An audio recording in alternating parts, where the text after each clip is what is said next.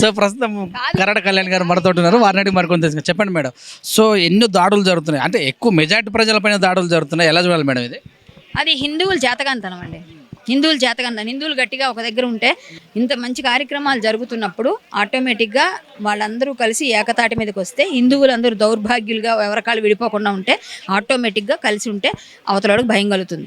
అంతేగాని అందరూ కలిసి ఉండకపోయినా జరిగితే ఆటోమేటిక్గా ఇలానే దాడులు జరుగుతాయి. సోషల్ మీడియా పైన కూడా స్పెషల్గా ఎవరైతే హిందుత్వం పైన పోరాడతారో వాళ్ళ మీద కూడా ఒక అసభ్యకరమైనటువంటి వీడియోస్ కూడా పెడుతున్నారు మేడం. దాన్ని చూసారా మీరు? చూశాను. పెట్టుకునేవ్వండి, వాడు పెట్టుకుని వాడి దేవాలను కూడా వాడి కేసులు వేయించుకోవడం సరదాగా ఉంటే పెట్టుకుంటాడు వీడియోలు. మేము తర్వాత వేస్తాం, లేకపోతే కూడా చేస్తాం. మా ప్రయత్నాలు మేము ఆపం.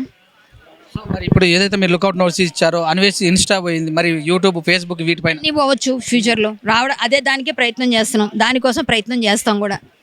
కరడ కళ్యాణ్ గారు ఎక్కడి దాకా వెళ్ళే అవకాశం హిందుత్వం పైన? టిల్ నా లాస్ట్ బెర్త్ వరకు హిందుత్వం కోసం పనిచేస్తాం. ఇప్పుడు చూస్తూనే ఉన్నా, ఇప్పటికి కూడా కులాల గొడవలు, ఇదేం గుళ్ళె కూడా రాణిస్తలేరు.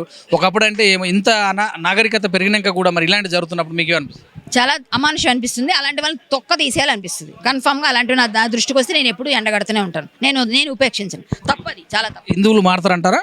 మార్చే ప్రయత్నం చేద్దాం.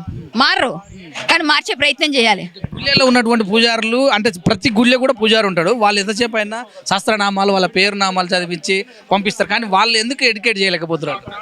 అంటే సహస్రనామాలు పూజలు చేస్తే దానికి దీనికి పేరు నామాలు చదువుతారు. కానీ ఈ రోజు ప్రత్యేకత ఏంది, హిందువులు ఎట్లా మేల్కోవాలనేటటువంటి అలాంటి చెప్తున్నారండి. మీరు వినట్లేదు, బయటికి రానివ్వట్లేదు, బయటికి ఎవరు ప్రజెంట్ చేయట్లేదు. వాళ్ళు చెప్పేది ప్రతిదీ ఈ రోజు ప్రాశస్త్యం ఏంటి, ఈ నామం ఎందుకు చదవాలి, ఇది ఎందుకు చదువుకోవాలి, ఇది ఏం చేయాలనేది తెలుసుకుంటారు. ప్రతి ఒక్కరికి ఉంటుంది అది. అలా ఏం లేదండి, చెప్తూనే ఉన్నారు. మనకు బయటికి రావట్లేదు, చెప్తున్నారు ప్రతి ఒక్కరు. పంతులు గారు, అయ్య గారు మన గుడుల గురించి, మన సంస్కృతి గురించి, మన సంప్రదాయాల గురించి, మన ఆచార వ్యవహారాల గురించి ప్రతి దగ్గర చెప్తూనే ఉన్నారు. వాళ్ళకి ఎప్పుడు చెప్తూనే ఉంటారండి. స్పెషల్ థీమ్ ఏమైనా ఏర్పాటు చేస్తారా కరడ కళ్యాణ్?